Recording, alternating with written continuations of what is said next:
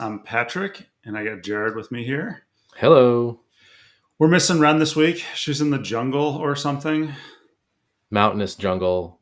But missing is right. Like we know where she is. That it's not like we don't know where she is. We're actually like emotionally missing Yeah, her. yeah, yeah. She's Yeah.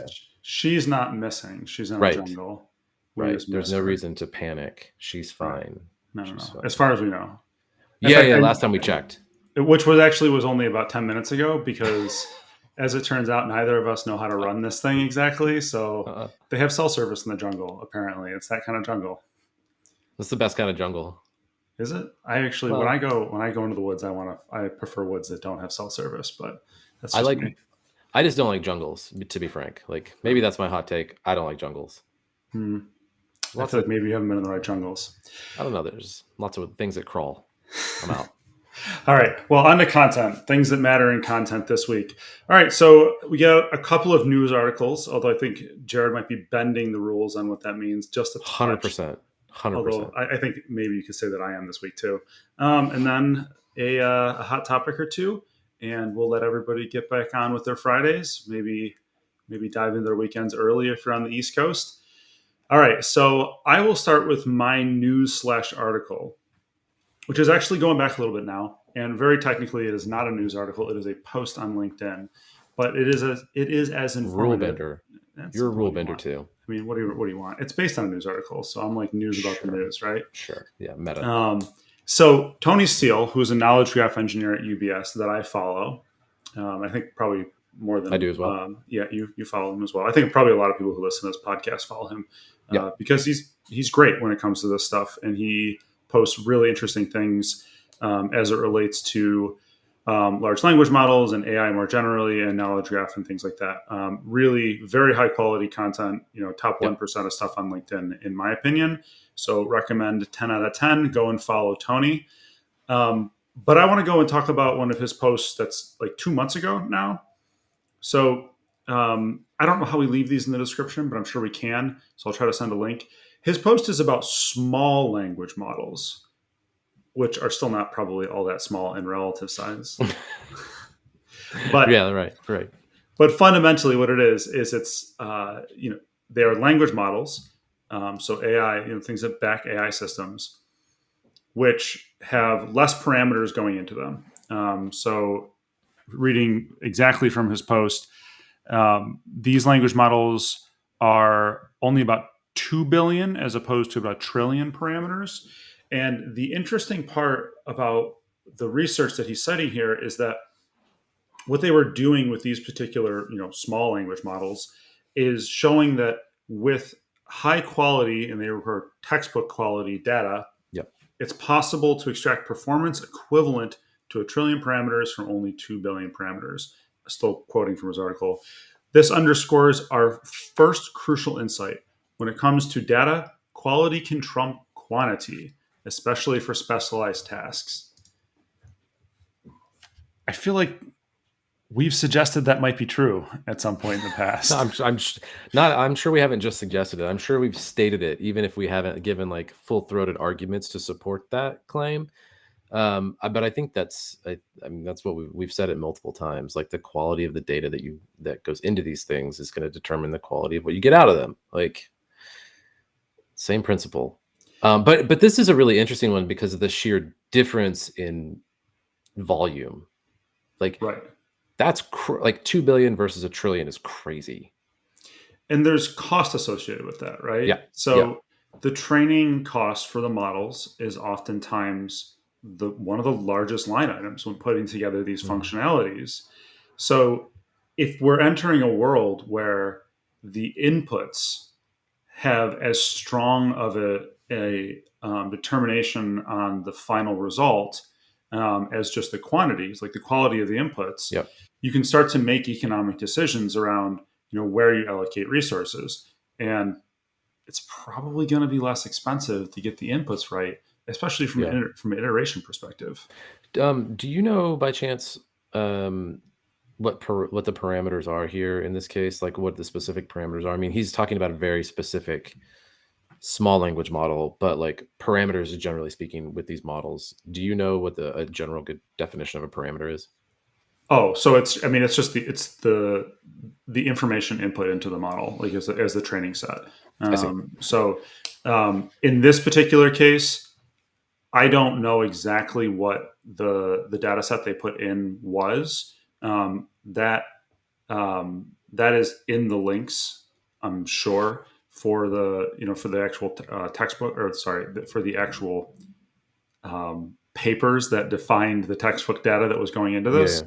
yeah. So I'm obviously leveraging some of his judgment here, but I think that we've also seen these things in other situations. Like if you go to Hugging Face and you look at some of the posts that are there, like this stuff is stated. It's not stated in these terms this clearly, but if you look at a lot of the notes that go along with some of the models that people are building, like you'll see bits of this. Yeah. Maybe not in as pure of a research setting, but it does tend to show up.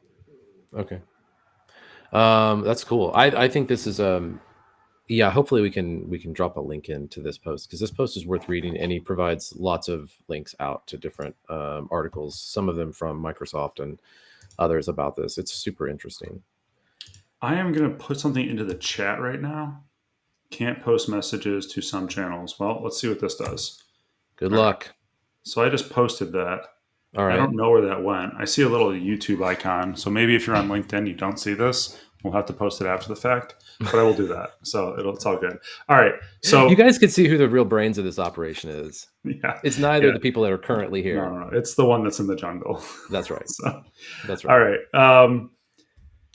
What were yours? Yeah. So segue here. So Tony, and like, there's a lot of really interesting conversation that's happening on LinkedIn about AI tools. And Tony's a good example of somebody who's doing like good research on these things and posting thoughtful things about them. I was combing actual or maybe traditional news outlets for articles for today, and I just kept thinking, this is all so silly, and like none of it was great. But what stood out to me, and it's connected to what we've just been talking about, but on the opposite end of the spectrum, are these two, and we're not even going to go into details about the articles, but these two headlines from the same publication, which I found just strange. So the first one, Google CEO says AI can counter cyber threats even as new tech draws criticism. There's one, right? So hey, cool. Look, we can use AI to counter cyber threats. The other one, cyber criminals are getting faster and generative AI could make their work easier.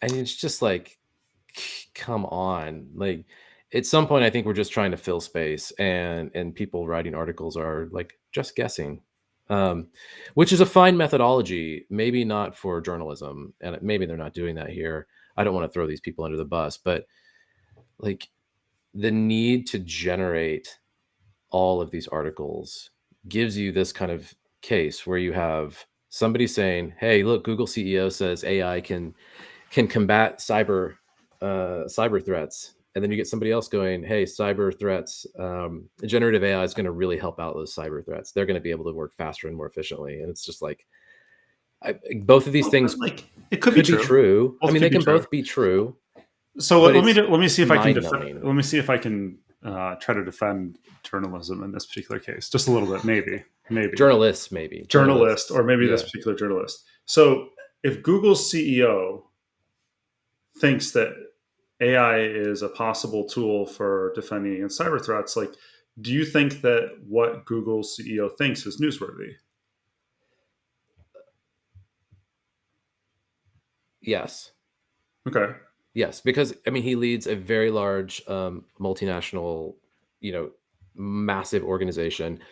Presumably, presumably he's well informed about these things, and people One would are, hope. One would hope. one would hope that the CEO of Google knows what he's going to say. Like he knows what he's talking about when he says this. There is certainly like transfer of authority that happens Mm-hmm. in a lot of cases. Like if Google's CEO Oh, I just makes a did it with statement, Tony. well, but if Google CEO makes us, I don't mean transfer of authority like you read Tony and then you go talk about Tony and now you're the authority. Yeah. That's not what I mean. Right. Like if I am, or if Google CEO has a PhD in neurobiology, he's an expert in neurobiology. If he starts talking about botany, he's no longer an expert. And It's fair. that could happen in one of these cases. Let's assume it doesn't. So if the Google CEO says something about how he thinks AI could counter cyber threats, that's cool. That's newsworthy. Like, give me the details of how. And again, cards on the table. It's Friday. I haven't read either of these articles. They may go into all this detail, and I may just be like, Okay. listen, All whatever. right. But I think general point, there is no doubt that the speculation engine around AI It's is crazy. it's wild. Yeah. Like That's it's the out of part that control. drives me insane. And so I post about AI fairly regularly. And I will tell you that relatively often I'll write something and I'll be like, am I just speculating here? Like, am I really adding anything to the conversation? Sure. Now, Sure. like my stuff tends to be more aligned with like the content aspect of it and like the Sure. content systems and operations behind it, which I am an expert in. So like, I do feel like I have authority to speak on those sides of it.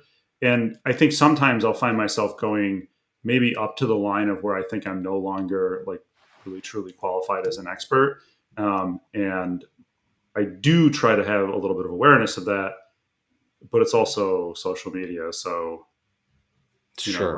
like how much restraint do you, I don't know, enough, right? I think I think that so AI presents this interesting problem. I mean, lots of interesting problems. One of them is the speed with which we could be able to generate new content for headlines like cyber criminals are getting faster, and just start flooding, because there is a push. Like, the reason we get these two headlines from the same publication is there's an editorial push to get stuff out the door and get it out quickly, and AI can speed that up.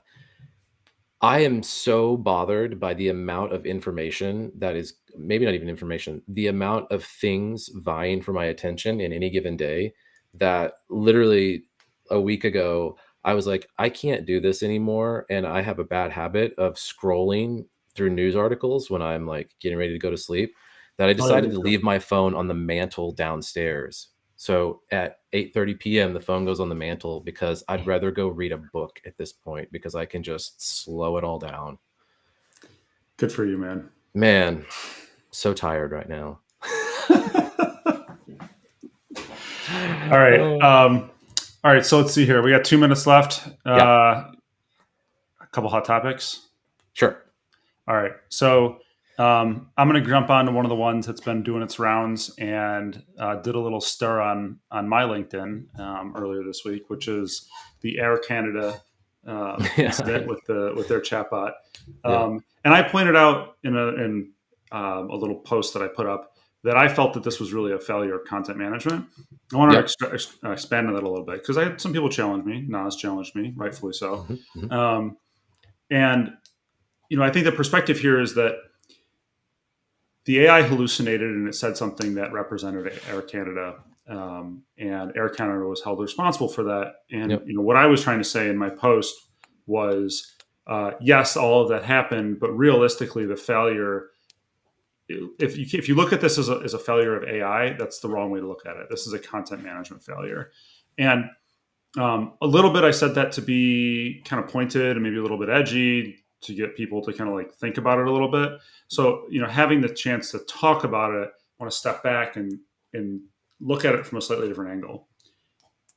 I think that we have to understand these systems we're deploying just as we've always had to understand systems we're deploying. So Yep. when we deployed search interfaces back in the day, like we had to understand the power and the shortcomings of those interfaces. And like as much as generative AI is still sparkly and like feels magical, like it's still just a technology that has things it can do and it has shortcomings, which Hmm. means you have to mitigate the shortcomings and you have to maximize the value that it creates. And for a company the size of Air Canada to deploy a bot and not have a simple filter for stop words for like refund Yeah. is ridiculous. And that is, Assuming they didn't have one. Yeah. well, okay, so to have one, okay, so either your problem is that you didn't implement one or you didn't implement QA on the one that you implemented. I don't care. That is a Sure. distinction without a difference. Like, so at the end of the day, like, you have control over these systems. Like AI isn't running your website. Like you have the Right. ability to analyze what it says with logical algorithms and pass it through filters on the way out the door. And so even if it's creating content on the fly, where it could hallucinate, it's still your content. It's Yeah. still a content management problem. So until the world is willing to start to think about these things holistically, rather than just the quick high of deploying Right. an AI system, we're going to keep having these problems. So like, do the work, the hard work of content operation systems, the hard work of good content creation, so it's not garbage in, garbage out, and Yeah. recognize that content work is hard work, and invest in the people who are going to do it. Yeah. And that shouldn't be a hot take, but it is, and I feel It hot is. about it. Well, you do get kind of hot about these things. I do. Mine's going to be very quick, and it's not really a hot take as All much right. as it is just like a very quick. Um, this is a unique space we work in. It's not niche, but it's close. Um, I just want to say I'm really thankful for like all of the people who are invested in this group, in this community, because they're really, really invested. Like the people who are here in this community and contribute are super into it. I like This this is a hot take. dude, this is a silly podcast that we do every week, and people Yeah. genuinely listen and they genuinely are interested. And like, even if it's just us being silly, they're listening because we're talking about things that they're interested in. Maybe some days more than others, but just wanted to say thanks to all the people that make up the community that we are a part of, for being as invested as you guys are in really enjoying what you do. Um, yeah, All right. gives us jobs. That's a nice way. I like that way to sign off on a Friday. So as usual, I looked back through this. We almost always end on 17 minutes. 17 minutes. It's not 15 like our target. All right. So as usual, thanks everybody for being here and joining us on a Yep. Friday. Hope you've had a great week. Hope you have a great weekend, and we're looking forward to seeing you again next week. See you guys. See ya.